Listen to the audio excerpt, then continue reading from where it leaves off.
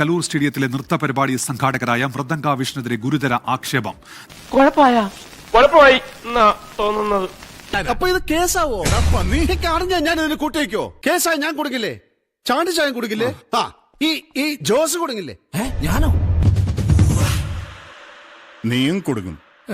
അന്വേഷണ സംഘം മൊഴിയെടുക്കാനിരിക്കെ നൃത്ത പരിപാടിക്ക് നേതൃത്വം നൽകിയ ദിവ്യ ഉണ്ണി അമേരിക്കയിലേക്ക്. ഞാൻ പോകുന്നു. അയാള് ഫാമിലിയായിട്ട് മുങ്ങിരിക്കുക. എവിടെ പോയെന്ന് അയൽക്കാർക്ക് ആർക്കും അറിയില്ല. അതൊന്ന് കാറ്റടിച്ചാൽ പറന്നു പോകുന്നതാണ് ഈ ക്യൂ മാനേജരും ഈ നീല റിബണും. അതാണ് അവിടെ വെച്ചിരിക്കുന്നത്. കൂട്ടത്തോടെ എല്ലാത്തിനെയും കൊല്ലാൻ വേണ്ടിയായിരുന്നല്ലേ? ഒരു 7-8 കോടി രൂപ ചുരുങ്ങിയത് ഈ വലിയ ഇവന്റിലൂടെ സംഘാടകർക്ക് കിട്ടി. നിഘോഷ മൃദംഗാവിഷന്റെ ആരാണ്? എന്റെ ദൈവമാണ്, എനിക്കെല്ലാം എല്ലാമാണ്. ഗിന്നസ് റെക്കോർഡ് ഇവർ ഉയർത്തി കാണിക്കുന്നുണ്ടായിരുന്നു. അതിലെ വ്യക്തികളുടെ പേരുണ്ടായിരുന്നു. നാട്ടുകാർക്ക് ഇത്തിരി കലാബോധം ഉണ്ടാവട്ടെ എന്ന് വെച്ചാൽ സമ്മതിക്കില്ലല്ലേ? ഗിന്നസ് റെക്കോർഡ് എന്ന് പറയുന്നത് ഈ മൃദംഗ വിഷനാണ് ലഭിച്ചിരിക്കുന്നത്, കേരളത്തിനല്ല. കൊടുക്കുന്ന നമുക്ക് രണ്ടുപേർക്കും കിട്ടിയില്ലല്ലേ? ഇത് കൂടാതെ പണപ്പിരിവുമായി ബന്ധപ്പെട്ട് ഒരു കേസ് കൂടി രജിസ്റ്റർ ചെയ്തിരിക്കുന്നു. ഇടിവെട്ടിവന്റെ തലേ പാമ്പ് കടിച്ചോടാ ചിന്നക്കട ജംഗ്ഷനിൽ വെച്ച്. രണ്ടാമത്തെ എഫ്ഐആർ ഈ നടി ദിവ്യ ഉണ്ണിയിലേക്ക് കുറച്ചുകൂടി അടുത്തെത്തുന്ന രീതിയിലുള്ള ഒരു എഫ്ഐആർ കൂടിയാണ്.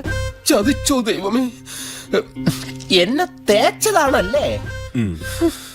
ഗിന്നസ് റെക്കോർഡ് സ്ഥാപനത്തിനാണ് കിട്ടിയത്. ഈ പൈസ കൊടുത്ത് ഡാൻസ് ചെയ്ത കുട്ടികളുടെ ആരുടെയും പേര് ഈ ഗിന്നസ് റെക്കോർഡ് ബുക്കിൽ ഉണ്ടാവില്ലല്ലോ.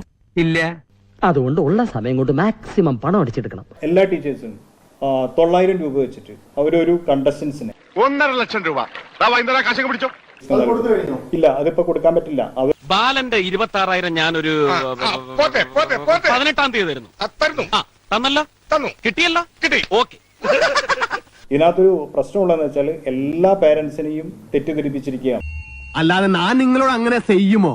അവരെ കയ്യിൽ നിന്ന് ക്യാഷ് മേടിച്ചു കഴിഞ്ഞാൽ അവർക്ക് അവരുടെ പേരിൽ തന്നെയാണ് ഗിന്നസ് വേൾഡ് റെക്കോർഡ് കൊടുക്കുന്നത്. പഠിച്ച കള്ളനാ ചക്കൻ.